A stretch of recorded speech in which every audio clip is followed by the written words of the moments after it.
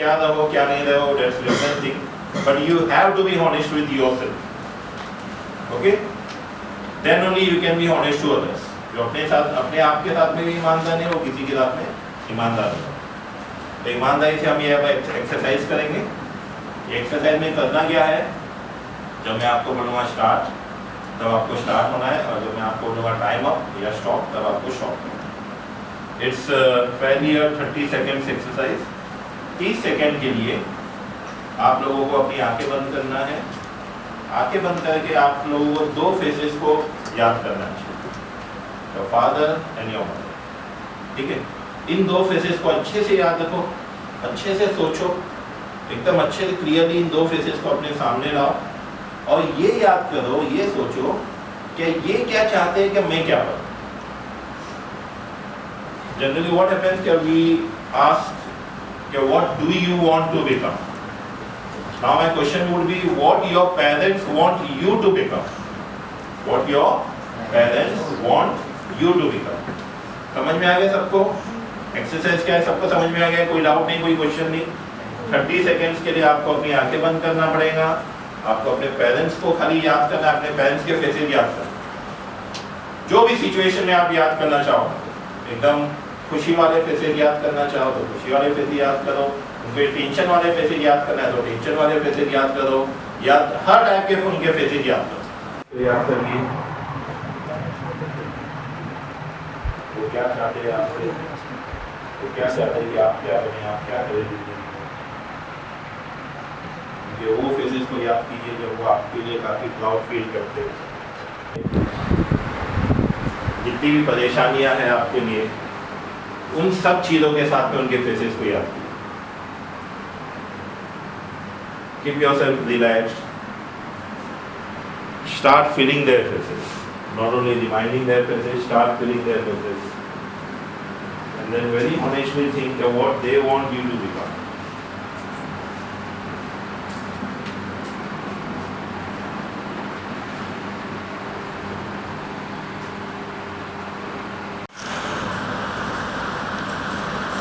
Fine.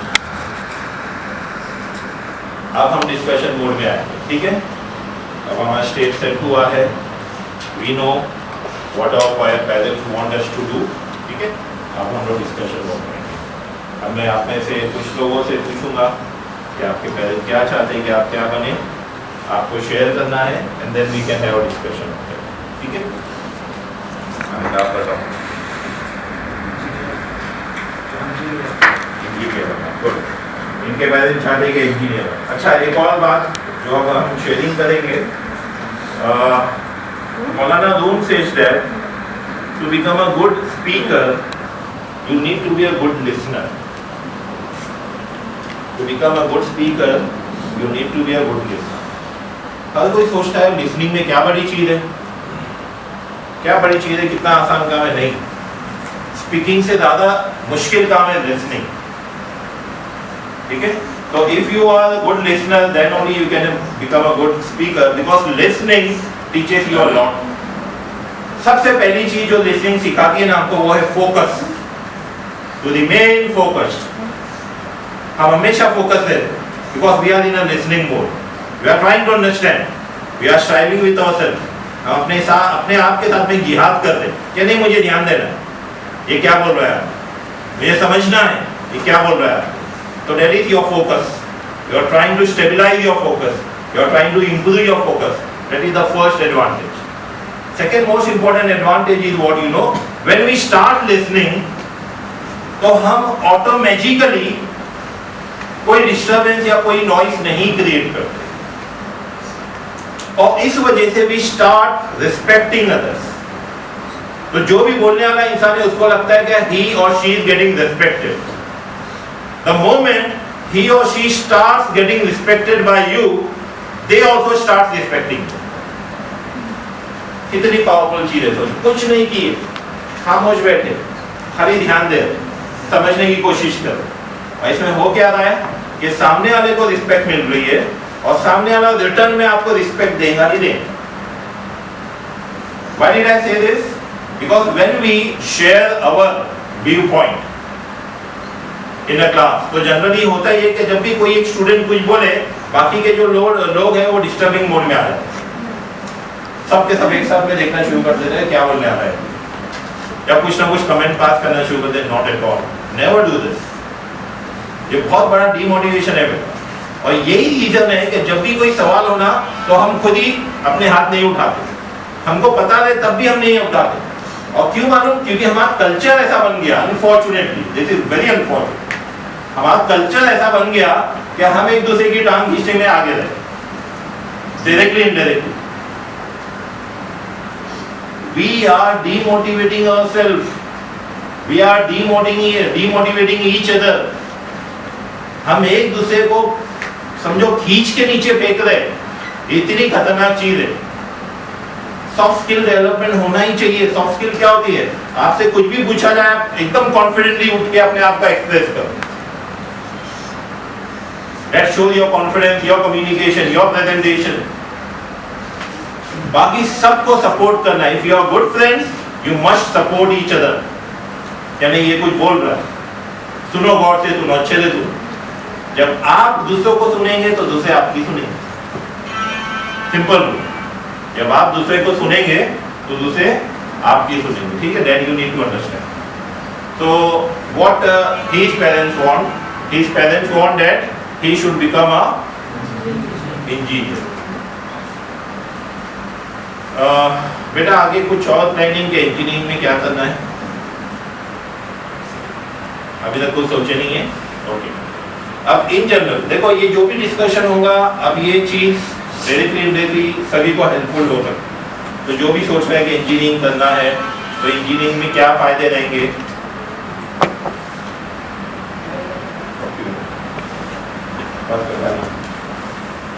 Engineering में क्या फायदे रहेंगे एंड सो ऑन, ठीक है?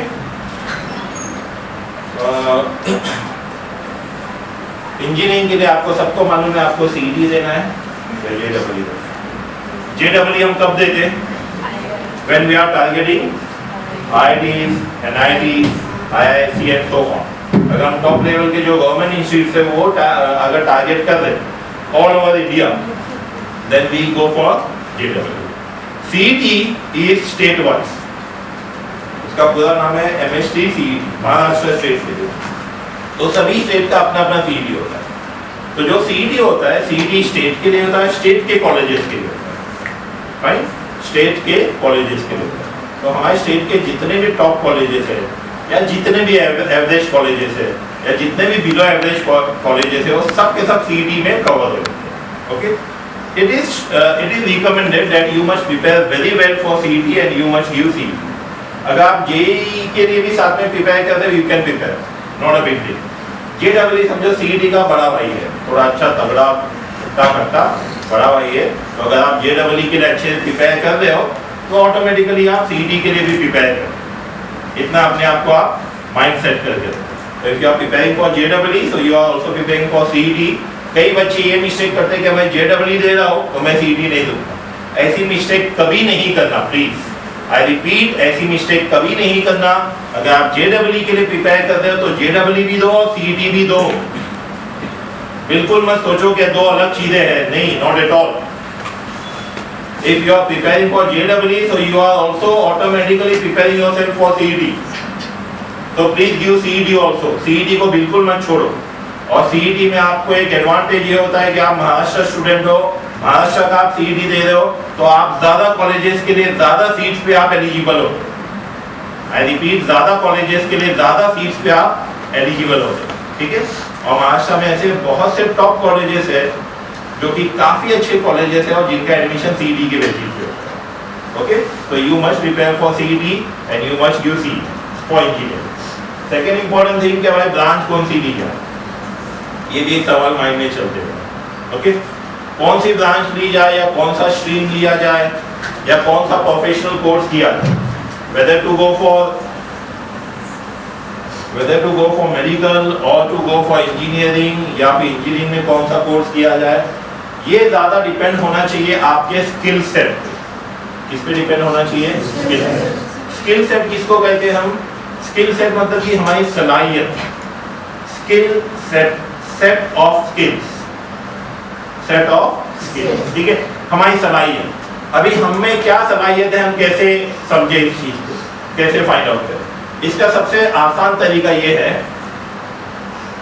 ऐसे कौन से सब्जेक्ट्स है जिसके अंदर अगर मैं ज्यादा प्रिपेयर ना करूं तब भी मुझे मार्क्स अच्छे मिल जाते हैं।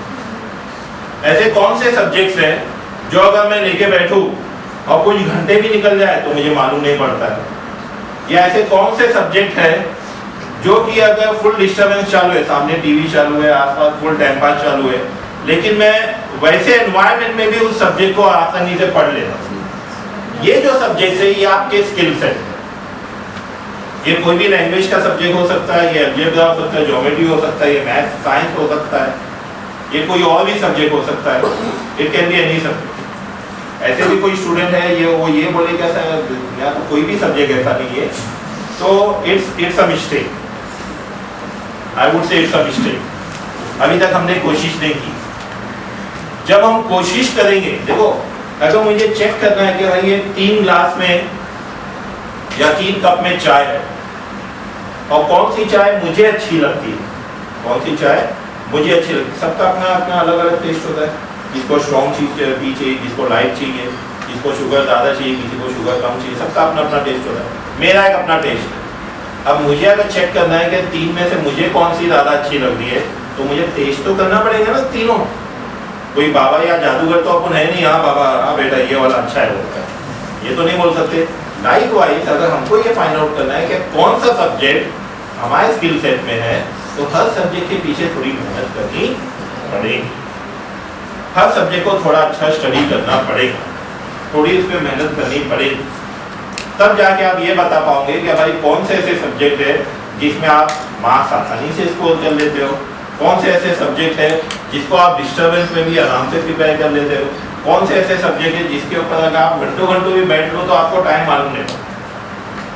तो वो सब्जेक्ट जो होते हैं ना आपके, वो सब्जेक्ट इंटरेस्टेड सब्जेक्ट होते हैं और उनको हम बोलते हैं कि this subject falls into the category of your skill set, ठीक है। तो अगर आपने एक बार ये फाइंड आउट कर लिया कि आपके स्किल सेट के सब्जेक्ट्स कौन से हैं, अब आपको खाली ये करना है कि इनको मैच करना है कि भाई ये सब्जेक्ट कौन से प्रोफेशनल कोर्स में यूज होता है ज्यादा से ज्यादा, ठीक है। अगर आपका इंटरेस्ट, अगर आपका स्किल सेट बायो में ज्यादा है, तो it is but obvious that you can be a good doctor, you can be a good medical aspirant, ठीक है। तो आप मेडिकल की किसी भी कोर्सेज में चले जाओ, जितने भी कोर्सेज है उसमें से जो भी कोर्स आपको ठीक लगे आप उसमें चले जाओ। अगर आप मैथ्स में काफी अच्छे हो तो आप इंजीनियरिंग या फिर सीए ऐसे सब कोर्सेज आप देख सकते हो, ठीक है। लाइकवाइज आपको ये फाइंड आउट करना है कि कौन सा सब्जेक्ट आपका अच्छा है, ताकि जब आप उस प्रोफेशन में जाओ तो वो प्रोफेशन बूम में रहे या ना रहे, लेकिन आप हमेशा एक्सेल करो, आप हमेशा एक्सेल करो, ठीक है। Coming back to engineering point, coming back to engineering, engineering में कौन सी ब्रांच ली है।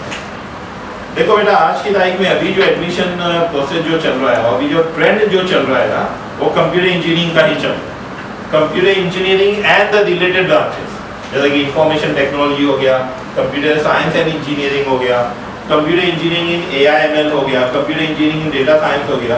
तो कंप्यूटर इंजीनियरिंग और इससे जो रिलेटेड जो ब्रांचेस है, उन ब्रांचेस का भी ट्रेंड चल रहा है, उनमें ज़्यादा एडमिशन हो रहे हैं क्योंकि उसका बूम भी है, उसका स्कोप भी है, उसका मार्केट भी अच्छा है।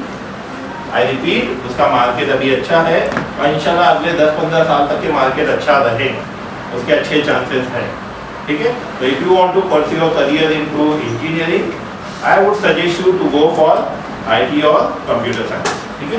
कंप्यूटर इंजीनियरिंग या कंप्यूटर इंजीनियरिंग से जो भी रिलेटेड फील्ड है आप किसी में भी एडमिशन दे सकते हैं।